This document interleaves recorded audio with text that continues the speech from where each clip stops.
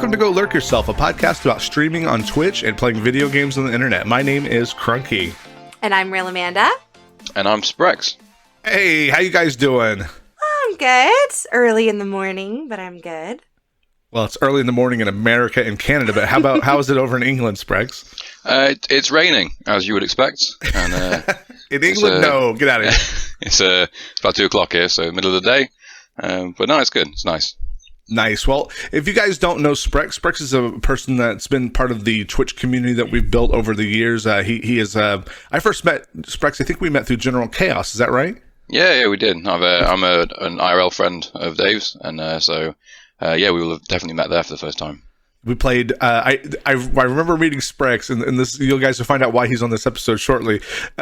We were playing PUBG, and Chaos was like, "Hey, can my friend Sprex join? He's really good at shooters." I'm like, "Absolutely, I don't care.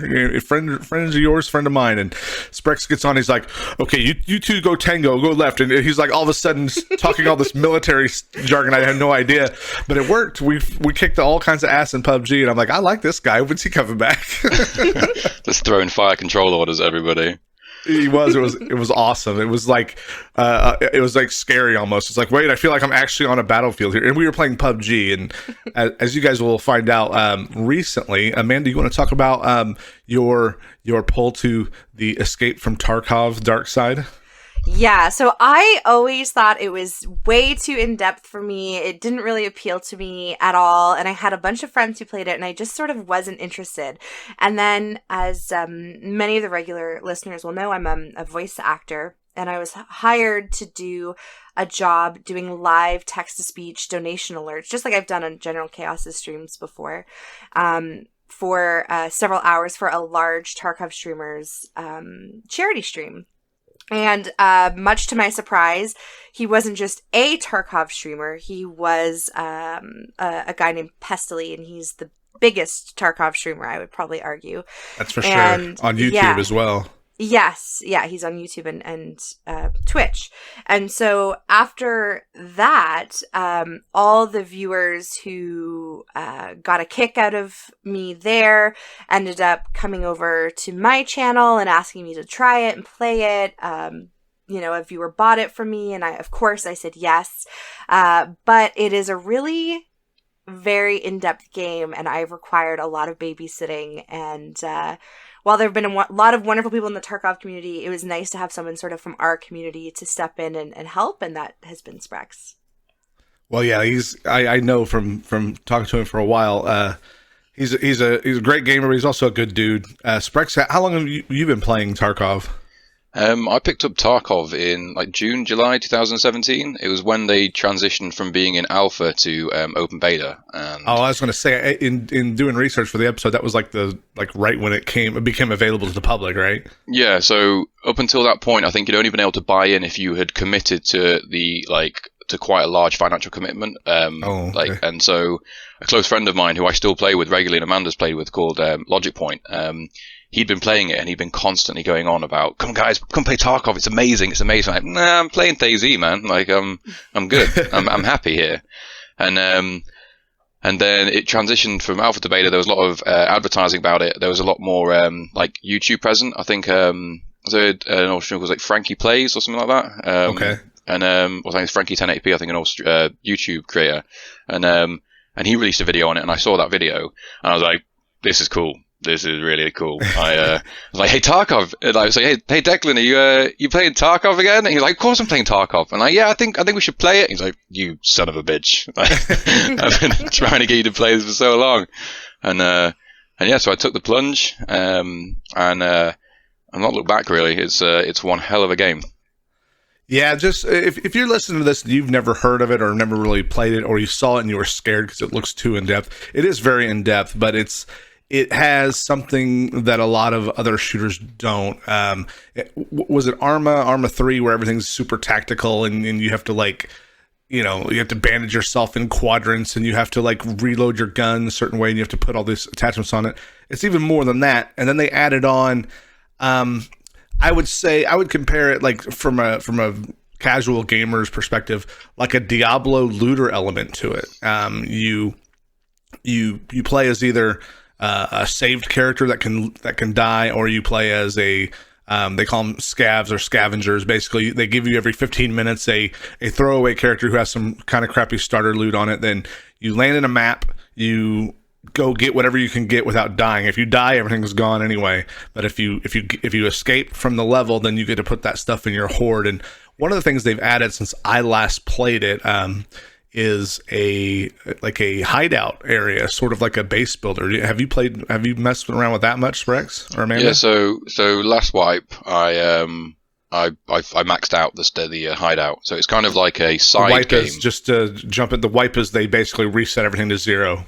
Yeah, so obviously the game's still in development. There's lots of things getting changed. Often changes break the stat system because your character, as you level up, you can develop skills that very slightly change your character. So you develop strength by carrying a lot of heavy weights, and then the higher your strength gets over the course of the game, over the weeks, you'll gain things like 5% more movement speed, or like the weight affects you 5% less. And things like covert movement, where you make 5% less sound, and little things like that. But obviously, there's people find exploits to level these skills up faster than it was intended.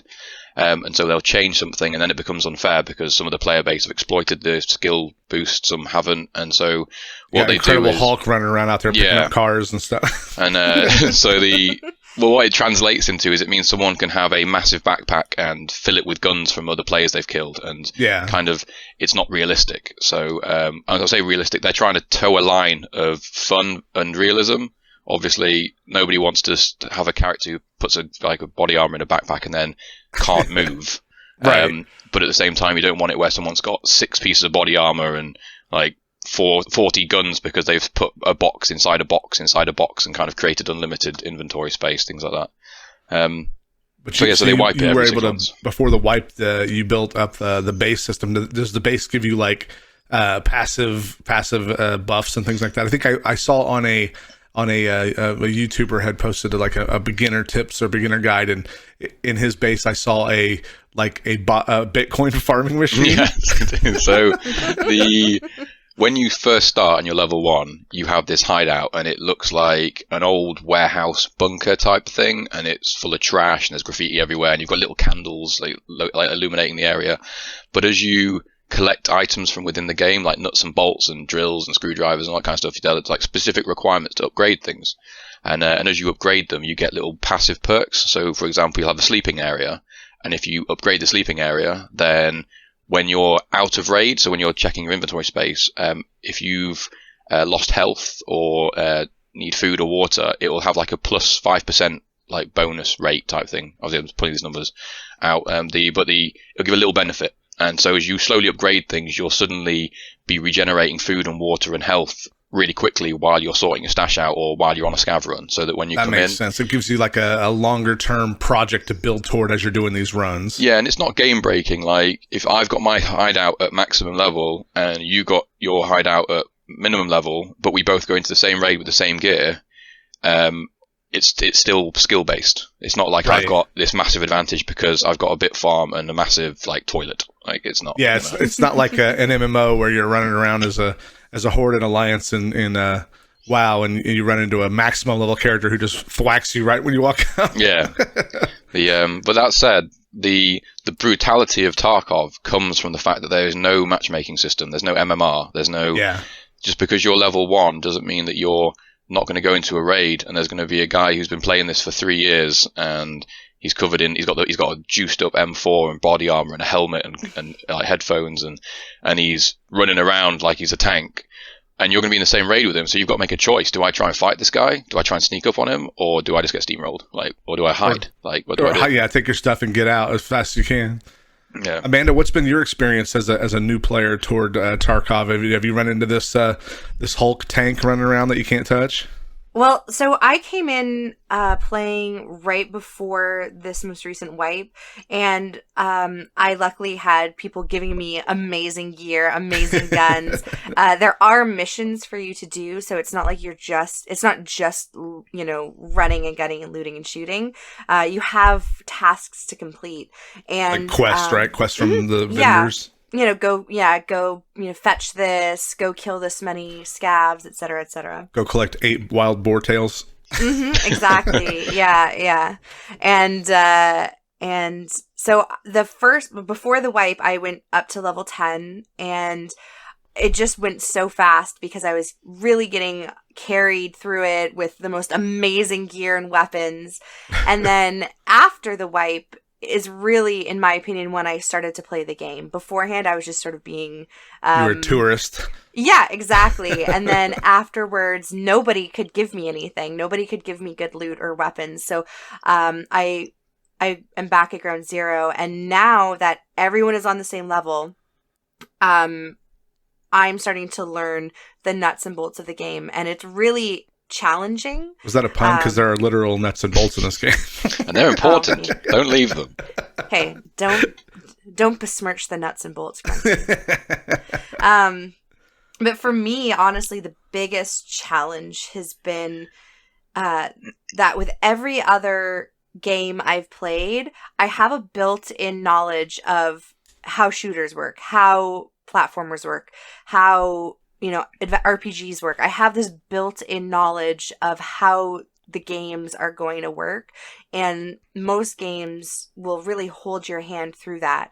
Coming into this game, not only do I need to learn how to play a new game, but I need to learn how to build a gun, how, what the maps, there's no in-game map. There is no in-game map, and you just have to know. It'll say at the end of the every raid you have to extract, which you make it to a certain point on the map, and then you get pulled out of the raid. It will say, okay, these are your extraction points, but there's no map in the game with labels that tells you where that site is. And, one of them is, it literally just says ZB1011, and you have to figure out what that means. Like compass coordinates or something. It's the name of a bunker. Yeah. You don't have a compass. Yeah. There's no, which is horrible. There's no none of that.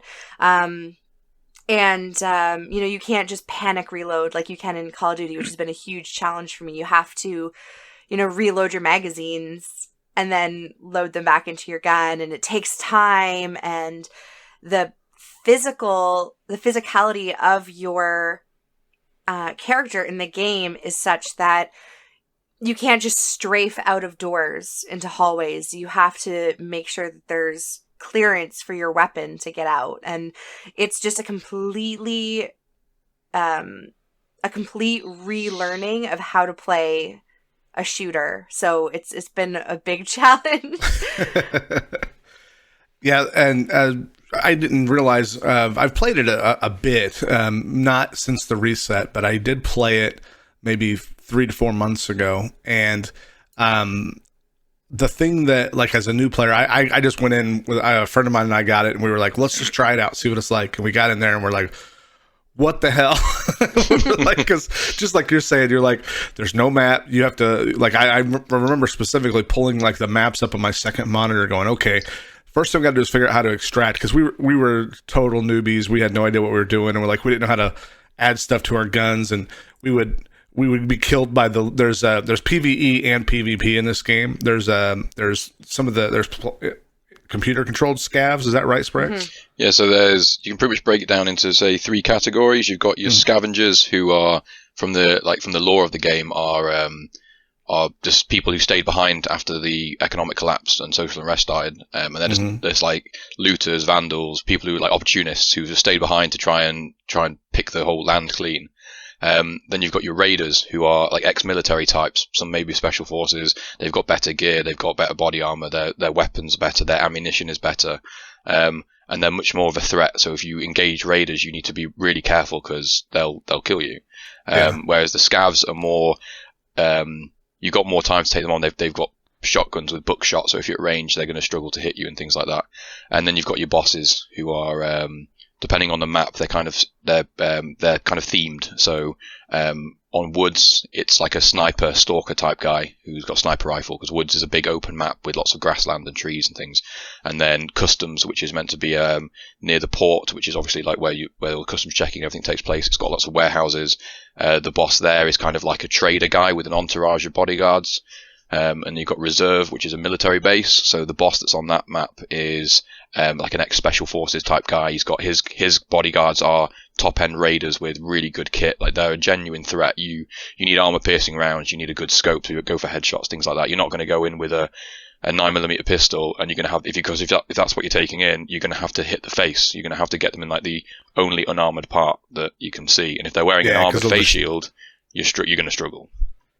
Yeah, that when we played, we would play woods only. We were trying to learn that map, and maybe that was the dumbest move to make because the snipers are everywhere. But I remember spending most of my time in that game trying to find the extraction point with like a broken leg because I got shot in the leg and couldn't move.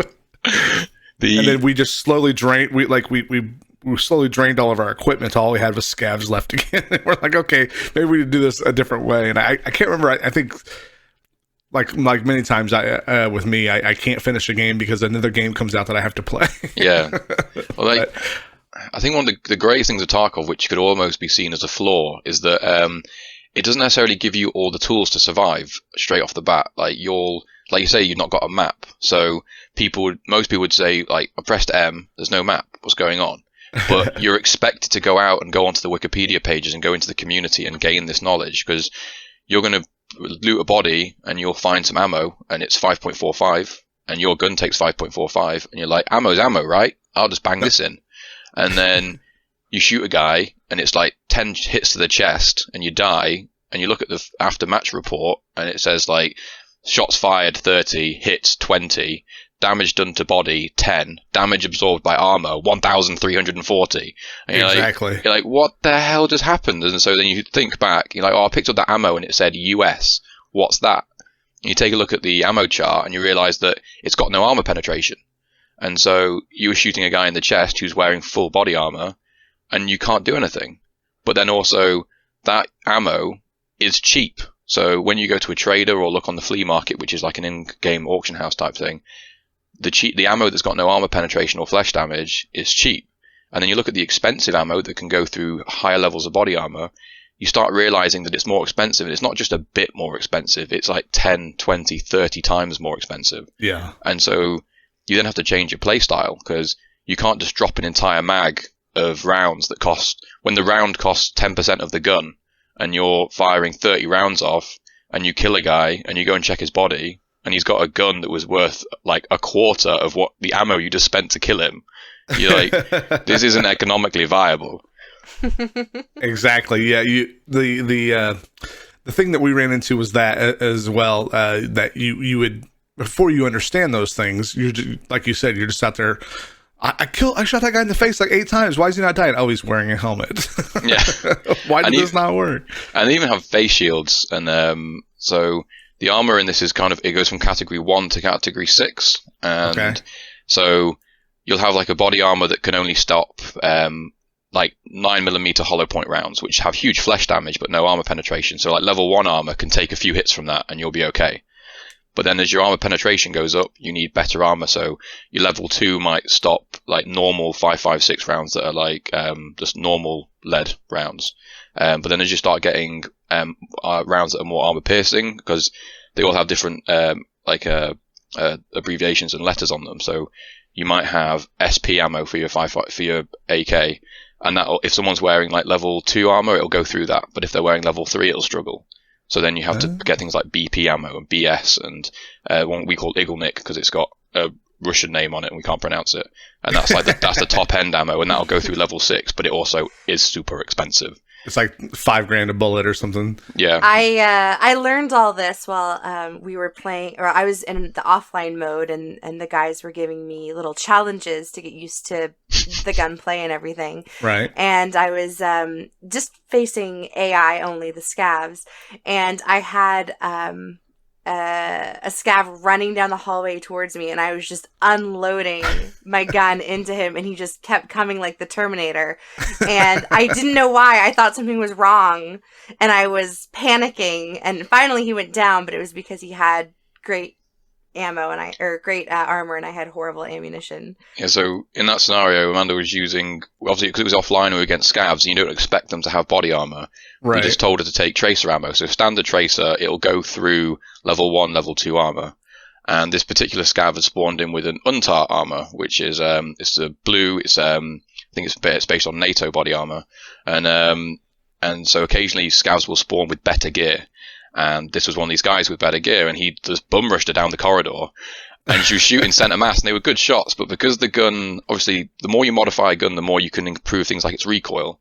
So because the gun wasn't very modified, she was using it in single fire to try and manage the recoil. And most of the scavs up to this point had been dying in 1, 2, maybe 3 hits. And this one was like bang, bang, bang, he's still coming, bang, still coming, bang, still coming. And you can hear her being like this trying like confusion, like moving moving left and right a little bit with the aim, being like, am I missing? Like what's going on? So it's like aim a little higher, aim a little lower. Nothing's working. And then just as he came around the corner, so just as he got within like 2 or 3 feet of her, he just dropped, fell to the floor. Oh, man. And it was hilarious really to listen to and to watch, because you could hear her just being like, "This is horrible! This is horrible!" And I can hear panicky Amanda in my head right now. Yeah. So there's bless their hearts for watch. So what happens is I'll go into Discord, stream my view, but be playing offline, so the guys can help me, but I'm still by myself. I have to do everything by myself and learn. But they're not literally there holding your hand. Yeah, they must have me at about 30% in Discord, because there's a lot of screaming and terrified yelling. I remember when you were brand new to Siege, the panic screams when someone would scare you around a corner. So I should point out to anybody who doesn't know me very well, I didn't start playing any shooters ever until these guys brought me into Rainbow Six Siege, which was 2 years ago. That was my first shooter. And I think I had played with some friends maybe a few hours worth of Siege. And when the guys invited me into play. And so I I don't really have that built-in instinct for shooter games. Right. I love them. And, they're becoming sort of my favorite genre of game. But I don't really have a lot of that built-in muscle memory. And I am very, very easily scared and startled. So that's why I TK you all the time. Oh, no. It's also one of the reasons why we've been teaching in offline mode is because we don't want to die. So, if anyone who's not played Tarkov, when you do a normal raid, you're put in with up to, depending on the map, up to 16 other players. And like I said, these guys can be as juiced up with gear as they want to be. So you risk what you take in, but it increases your chance of surviving. And so you might be in a raid with like 12, 16 other people who all just took a pistol in because they don't want to risk too much, and they want to kill a scav and try and get hold of a shotgun and just get out alive. They might have a quest to try and complete, and they don't want any trouble. But you might be in a raid with 16 guys who all just want to give it big licks and just want to shoot everything, and they've brought in the main assault rifle, they've got a sniper on their back, they're wearing top-end body armor, they've brought meds, they've brought adrenaline, they've brought anything that they can do to just keep them in the fight. They've got fancy medical kit, they've got surgical kits where they can fix themselves when they've got a broken limb or they've had an arm damaged and things like that. And you've got to try and survive in this. And it's not fair really to put someone who's as green as Amanda is into those potential scenarios, because you're not going to learn anything. You might get a little bit of map knowledge where you're like, oh, so this is dorms, and then you just go like, bleh, and you die. You're like, oh, well. I remember dying here. That was dorms. Nice. So I've said that almost every time I've been in game, Krunnky. Oh, I died here this time. Oh, this is where I got grenaded a million times. I also use it as points of reference of like, oh, here's those stairs you died on. Remember when you walked backwards? And like, oh, yeah.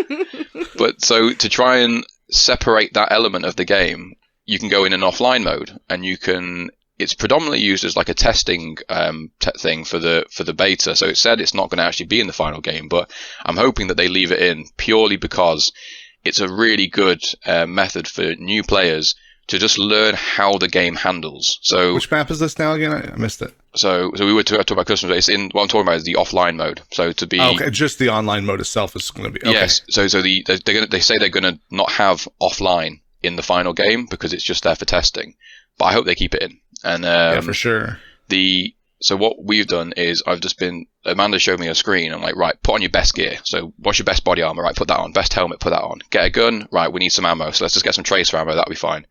And let's go into factory. So we go offline factory, leave the bots, so the scavs difficulty as it is online, and then set the number of scavs to high. So at least we're going to have more AI enemies to practice shooting at. And to make it more fun, because obviously you don't want to just go in and target practice or whatever, I'll give Amanda like a really obscure plan. Like I'll be like, I want you to go to the top floor of the office building, loot the safe, and then get out of the extract. So she's like, where's the office building? It's like, well, you tell me. Let's find out. That's what makes this a test. Go. Yeah. And then she's like crawling around in the underground, being like, am I going the right way? And like, well, you find out. And and then it means that you can practice listening to the footsteps, listening to where you can hear the scavs talking in Russian. You can hear the way that the scavs walk. Like one of the skills is being able to hear someone's footsteps and be like, that's a player. Because if it's a player, you have to behave differently. If it's a scav, you can be like, right, he's going to see me. I've probably got enough time to get 2, maybe 3 shots off, and then I'm going to have to hide again. Otherwise, he's going to aimbot me. Yeah. So one of the things I saw in doing some research for this was that there's something that's like a audio headset that lets you hear the footsteps better. Yeah. The so contacts, you have contact. Well, my favorite one is the contacts, and but there's several different types. So there's like really cheap Russian ones that just make everything louder, and you can just it's like turning your volume up. I hate them. But then you've got ones that just boost bassy sounds or just boost or remove background noise. So the reason why the contacts are so good is that when it's raining, it takes out a lot of that droning sounds like someone's frying bacon in your ears. Right. And it removes that, which then means you can hear footsteps over it. It also increases the range at which you can hear footsteps. But the negative side is obviously because they're not perfect. So if you're sprinting, all you can hear is your own feet bang, bang, bang, bang, bang on the floor as you'll brush a bush, and it will be so loud that you'll twitch and throw your mouse off the desk because you were like, oh my god, I didn't know there was a bush there. Well, there's this beginner guide I was looking at said you basically don't want to go into combat without them. No. Even early on, you want to get up as much as you can. It massively determines your play style, or at least it does for me. If I have contacts on, I can be more sneaky because I have just as much chance of hearing them as they have of hearing me. But if I'm trying to be sneaky and I'm not wearing contacts and the other guy is, I might as well just be jumping up and down because he hears me. He knows where I am. And if he's a seasoned player, he'll be lining me up on a headshot like he's got aim hacks on. Because he'll hear the footsteps and he'll also know the floor. So in certain buildings, you'll know where the wooden floor is, where the metal floor is, where the barbed wire is. And so you'll be, say you're in 3rd floor of dorms and you hear a barbed wire noise and you're like, he's on 2nd floor. Or you'll hear a jump and you'll be like, he's on 2nd floor. Or you'll hear a door open and you'll realize that because where you are, where that door noise has come from, there's no door there on this floor. So he's on the floor below and things like that. And so as you learn those things, these are the things that separate the new players from the seasoned players, because they're not necessarily better at clicking on heads than you. And you might have been playing COD your whole life and you've got twitch reflexes that are amazing. But this other guy, like for example, for me, I'm not that good at clicking on heads, but I know where you are. And so the map knowledge and understanding, the in-game mechanics of how those sound sensors work, it can be a good equalizer. Yeah. And that's awesome. So those contacts, they really give you that advantage. And that's why I would prefer to wear contacts over a helmet, because the helmet's going to protect you. Unless you've spent a lot of money on it, it's not really going to help, because it's going to save you from like half a bullet of damage, right? And whereas the contacts, you've got that advantage of being able to hear everything, and it changes your play style. Because if I'm doing a budget run and I don't have contacts on, I'm going to be fast because I know they're going to see me. I know they're going to know where I am, but they've got to try and hit a moving target. So I'm going to just keep moving. I don't care what noise I'm making. I'm just going to be careful on things like corners. I'm not going to sprint up to a corner and then walk around that corner slowly. I'm going to bum rush that corner and hope that the guy is sat in a position where he's kind of maybe prone, aiming specifically for a headshot, but he's expecting someone to come creeping round and not me with no backpack on, running at full speed, just hoofing past their line of fire. And while he's trying to get back up on his feet, I'm above him like, surprise! Bang, bang, bang, bang, bang, bang. And then like, I got your beans. Give me your loot. One thing that really surprised me, just talking about headgear, is that the different types of helmet will obscure your vision in different ways.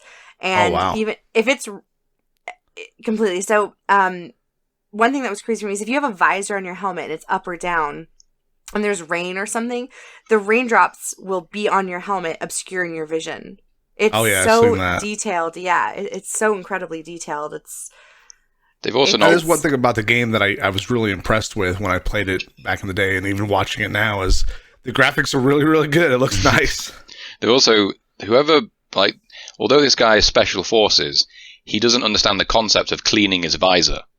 So you're like, right, I've got this helmet on, it's worth more than my entire loadout, let's do this. And you pull the visor down and it's just smudgy. Like, it's just, I can't see out my right eye. Like, it's got like some kind of weird suspicious stains on the left. And you're like, can you clean this? Like, is there a button to wipe the, and you're like, nope, good luck.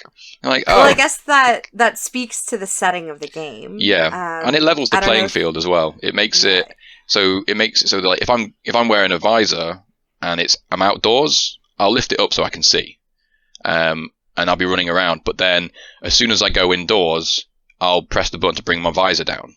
And so, because you don't need that high fidelity, because it's not a guy hidden in a bush anymore; it's a full size dude in a corridor.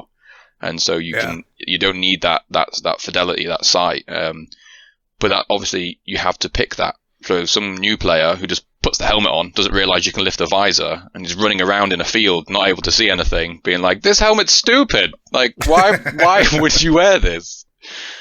Exactly. It's the pros and cons. Have you ever used that visor, Amanda? Yes. Well, yeah, so I definitely have, especially early before the wipe. I would, every time I went into a game with viewers or with members of the Tarkov community, they would always want to give me amazing things. And so they would give me like this amazing helmet with a visor. They would give me a amazing gun with a thermal scope and just set me up somewhere where I could just pick people off. It was, it was like a rich kid going on safari. It wasn't necessarily playing the game. And now, to be completely honest, I don't like wearing the headphones. I don't like wearing heavy gear. I just sort of want to, as I'm learning it, I've said this a bunch of times on my stream as well, I'm almost treating it like PUBG, where I go in with very low gear, just exactly what I need, and hope to find anything I can and bring it out, but to know that everything I'm bringing in, I'm probably going to lose. So I don't really get fancy. I'm not there yet. That's what I was doing back when the game. I'm not there yet. But I mean, I had the experience to use all that really high level gear and the ammunition that cost more than my entire stash. And, right. And I kind of had that privilege to be given all those things. But I didn't start really playing, in my opinion, until afterwards, when I, had to just take what I could afford and feels like you earned it now. Early wipe Tarkov is best Tarkov. It's fantastic because when it's been a few months, everyone, like at the beginning, everyone's trying to do their quests. So you get these missions from the traders. So people who haven't played it, there's you go to a trading screen and you have these guys, and they all have a different niche. So you'll have like the old Russian general type guy he sells AKs and Russian stuff. And then you've got the rogue UN guy who's selling M4s and like little bits, but he doesn't really trust you. So you're only level 1. So you only get access to like really basic stuff, low quality ammo. There's a guy called Ragman who sells backpacks and body armor and stuff. And he'll only offer you the really small chest rig and not really any body armor. It might be level 1, level 2. But as you do little missions for him, which like might be, for the Russian guy, he might be like, I want you to go and kill 10 guys here. I want you to go and get me 4 of this specific type of shotgun. I want 2 or 3 of these body armors. I want this, I want that. And as you do these little missions, you'll get experience points for it, you'll get financial and material rewards, and you'll get reputation. And that then unlocks these higher tiers of these traders. And then you can get the better stuff. But because at the beginning of the game, everyone's only got access to level 1 traders. So even if people wanted to go in juicy, they just don't have the means. So you're like, everybody's going in at the same level, and it's great because it's then like the firefights are better because when everyone's got amazing guns and amazing scopes and all this kind of stuff, the fights are pretty short. It's I've seen him first bang headshot, I win. Whereas early wipe, everyone's guns suck. So even if I hit you, I'm hitting you with like rubber bullets, and you've got so much more chance to survive. So you've got a chance to respond, and there'll be guys who are shooting unmodified submachine guns from the hip, and they're just shooting planes, like his bullets are going everywhere. And it's amazing because it's loud, it's scary, there's people running around headless, there's new players, and it's great. Like I love early wipe Tarkov. It's so much fun. I've seen people have like night vision goggles and stuff, that there's night maps. Yeah, so, and the thing is, everything in this, they're trying really hard. Like, if you can buy it in real life, it's probably in the game. And if it's not in the game, they're developing it to go in. Like, they've still not added the Vector, which is my favorite gun, and they've not added it yet, and it makes me sad. But night vision. So, you can buy really bad night vision, which looks like someone's got an old static TV and has painted it green, and then you can't really see. But that's fine for, say, Factory, which is a short map, because you don't need that range. But if you went on woods with it, you can't really see more than like 100 meters. So someone else who's got fancy night vision and they can see like across the map, you're going to die. But especially then on woods with their sniper rifles. Yeah. But then there's like a middle ground because you can buy a monocle. So it's like a single eye night vision. It's not called a goggle anymore, is it? And so, but it's really good. It's really clear, but it's in the middle of your screen and it's a small circle. So you've lost like 2/3 of your real estate of your screen, but it's really clear. So you can see, and you can see really far. So if you wanted to run woods at night, I would go for the monocle because you don't need all of that vision because you're out in the middle of nowhere. You can have some contacts on so you can hear people rustling in the bushes, and having that great fidelity on screen is what you need. But you have to make those choices. And you might just be the guy who's like, fuck it, I'm going to go in with a torch. And then you just see some guy running through a field with a torch on, and you're like, dude, like, we can see you. I'm gonna guess that's you when you play your rush mode, right? You're like, yeah, that's pretty much. And then, but I might even be bait. Like, I might have 2 mates with me, and snipers ready. And I'm like, I'm gonna put some body armor on. I'm gonna move fast. I'm gonna put my torch on. I'm gonna shoot that stuff loud, and then someone will take a shot at me and miss. And my other 2 friends have seen the muzzle flash, and we're like, bang, got him, right, next target. And then I'll be like, cheers, guys. And because you don't know, there's so many different play styles, you just don't know what people's intentions are. It's like when I first started playing PUBG, and a lot of players will shoot the first thing they see. And you can't play like that. It's really frustrating when you've got a friend who's playing with you and they're like, to start firing. And you're like, what are you doing? And like, oh, I saw a guy. And like, everyone knows where we are now. Like, yeah, you gotta assess the situation before you engage. So you'll see a guy on woods or on customs running, and you'd be like telling your mate if you're playing in a duo or a trio or something, be like, I've seen a guy. He's moving right to left. He's at petrol station. He's gone out the back. And like, okay, right, I'm going to go left. I'm going to get high ground. I'm going to check left side of petrol station. You cover right. And then we'll try and lock down the area. And while you're doing this, you might be in a really good position, like, right, I've got eyes on left, you've got eyes on the right. But then you've also got to be careful from behind you, because there might be player scavs coming in, there might be other players sneaking around, so you can't just lock it down. And you don't have, like in things like PUBG, it holds your hand a lot because you can see your friends' nameplates. You know, you can see, like, on Tarkov, there's no UI. Like, you don't know who's friendly, so you have to burn their image into your mind and be like, right, he's wearing one of those weird helmets, he's got a scav backpack on, he's got a balaclava on, and he's carrying an AK. So then a guy comes around the corner and you've got to quickly go on, like, is he wearing a helmet? Yes. Is it the same one that Declan's wearing? Yes. Crap. What colours is it? He's not wearing a mask. Die! And like, so you shoot him. I hope you don't die. And then you hear like Deck go, dude, you just shot me. And like, what? The guy wasn't wearing a mask. Oh yeah, I threw mine on the floor. Like, I've seen. You've got to tell me.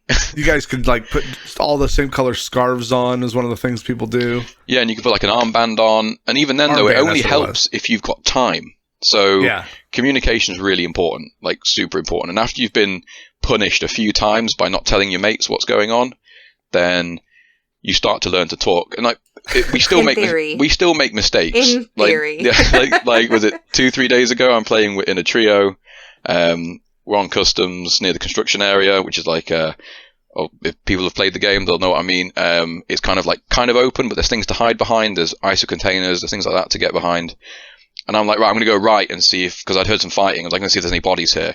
And I go right, and as I come around the corner, there's 2 guys, and they are geared. They look nice. And they're as surprised to see me as I am to see them. And I just like start dumping my ammo from the hip, but I'm carrying an MP5, which is 9mm, and they've clearly got body armor on. So it's not, I might be able to damage their limbs, makes it difficult for them to shoot back, but I've got to retreat. So I dump my mag as I step backwards out of sight, and I like scream down my mic, like, contact 2 players on me. I'm falling back. And Deck misheard the situation and didn't realize, and thought I'd died. He thought I'd been killed in that initial standoff. Yeah. And the last thing I heard was, one of them's flanking us, he's behind me. And I'm like, no! And he just turns and just rinses me as I get just taken out. I'm like, that was me! Like, oh man! And he's, I'm so sorry, dude, I thought you had died. And it's just, you have to accept it. You can't be mad at him. Like, right, yeah. You've got to just, it was miscommunication. Like, we've even discussed after that, like, we need some terms. Like, because at the moment we say something called red light, which means we need everyone to shut up because I'm listening to footsteps and things like that. So like I might be in a building, we're all chatting, we're having a laugh, and then I'll hear like a wooden footstep, and I know no one's near wood, so I'll be like, red light, yeah, there's a guy on 2nd floor, and then we'll all get serious. But we needed something before we're dying, so we're considering trying to bring in black light, which means I've died. And and so just to try and fix those situations. The problem is you've then got to kind of get it into rotation, and I've died several times now and not said it. So it's difficult. Well, as a new player, one of the hardest things is that there is so much. It really is sensory overload, and when you're playing with other people and there's a situation, I always, it feels like I'm not, it feels like it's been a moment, but the guys will tell you that I'll just freeze in the middle of whatever we're doing because I'm going through, okay, where are my friends? Is that my friend? Is that the person I'm supposed to kill or not kill? If I back up, am I gonna back into something and be trapped? Oh shit, I've been shot in the leg and I need to heal. How do I go heal again? And all these things happen in a split second, and by the time I've even registered it, I've been killed and I'm gone. Like a really good example of that was 3 of us went played customs. We'd gone to dorms. We'd killed Scav boss. We were all fully geared up. Someone had taken a pot shot at me from one of the windows, so I knew there was a Mosin in play, which is an old sniper rifle that doesn't have a scope on it. Well, it can have a scope on it, but people like to run it because it's a cheap gun that can one tap through quite good armor. So someone takes a pot shot at me through the window, so we know there's a threat, and we've made a lot of noise. Everyone's going to have heard the big firefight we had, so we need to leave, but we need to leave aggressively because people are going to be watching the doors. So we decide that the best way for us to go is to go out through the fire escape on the middle floor out the back. So we all line up at the door, and I'm like, right, we're going to bum rush out of here. I'm going to go left, Deck take right, and then actually we know we were in 4-man because we had my friend Mo with us as well. And it's like we're just going to get out there and just take it to him. Ready, go. I open the door and I bum rush out. Declan's on my shoulder, Mo's out next, and as I'm near the bottom of the stairs, all hell breaks loose. There's gunfire coming from one of the bushes. There's a Mosin firing from the back corner. So I just spin around and start mag dumping into this corner. My friend Mo, who's also quite green to the game, is now running directly towards me and blocking my line of fire. Deck has already ran past everyone, is now ruining this guy on the left-hand side. I'm suppressing right. And while this is all going, I can see in my top right-hand corner of my screen is Amanda stationary at the top of the fire escape, just like twitching. Just like, And this guy who's obviously in the bushes, he probably can't see great, and he's tried to mag dump me, but has failed because it turns out he was using a machine pistol, an APS with a stock on it, on full auto, and it goes everywhere. Okay. But he's had enough time to dump 20 rounds of that, take the gun off of his back, bring it up, has seen from where he is in the bushes that he can still see Amanda clear as day at the top of the fire escape, and pop, shoots her in the head, and she falls down. Oh, no. At this point, I hear the clink of a grenade. I shout grenade and take cover, and my friend Mo is just running in a straight line, and the grenade goes off, and he gets hit by frag in the back, and he's now down. Oh. And one of the things is it's really difficult not to be frustrated with your friends when they're new players. You're like, dude, why didn't you go prone? Like, you were so far from the grenade, you could have gone prone. But then you have to appreciate that loads of players don't know all these little things. Like going prone to dodge a grenade is something I've never heard of in a game before. But that's a real life thing, because the explosives go diagonally up in like a triangle. So you can be. It's more pronounced with things like mortars because they penetrate the floor a little bit before they explode. But obviously with the grenades, any like little curve in the ground or rock or anything can block the frag, which creates a huge safe zone behind it. So you need to go prone. And while it's gone, we're still in the fight. So Amanda's like, I'm dead. Mo's like, I'm dead. And I'm like, shut up. I'm still in. Like, shut up. I can't believe I've died. Shut up. You're not adding anything to this combat zone right now. And then, and it's so fast, and I feel like it's gonna take so long to have those reflexes where you can take in all the information. So everything that he's describing happened in seconds. Yeah, right. Think of if you're firing the pistol on full auto, to dump that is maybe 2 seconds. Then to switch to the other gun is maybe half a second to a second. Then he's got a little bit of time to line up the shot. It was with a bad gun with iron sight, so he's going to have to take his time. So he maybe there was, from the moment I ran out of the door to Amanda dying, was probably 5 seconds. Now you're also talking about Sprex, Amanda, who has done this in real life. So like playing a video game, he doesn't even get his pulse going a little bit. I bet. Well, you say that, but like, it's not. Tarkov doesn't make me scared, but it does get the adrenaline going. Like, well, because the threat of losing your stuff. Yeah, I guess, and it's exciting. One of the strangest things about playing Tarkov is, I don't know if you've ever played any sports or things, but like when I play rugby or American football or things like that, just before the game starts and you're lined up in front of the other players and nothing's happened yet, but you're waiting for the ref to say go or blow the whistle or whatever, you're like, it's the anticipation of what's about to happen, and you can feel your adrenaline going, and you're not scared, but your body's ready for it. You're like, I'm going to tear that guy's head off. Yeah, I'm going to hit you hard. You're excited. But yeah, and then when I'm Tarkov and the game's loading and it says you're going to deploy in 15 seconds, I get the same feeling. I'm like, ooh, here we go. It's about to go down. And then the whole time when you're looking around, you're looking for players, it's like that anticipation of, am I going to get sniped at? Am I going to find a player? But as soon as you see the player, the gloves are off.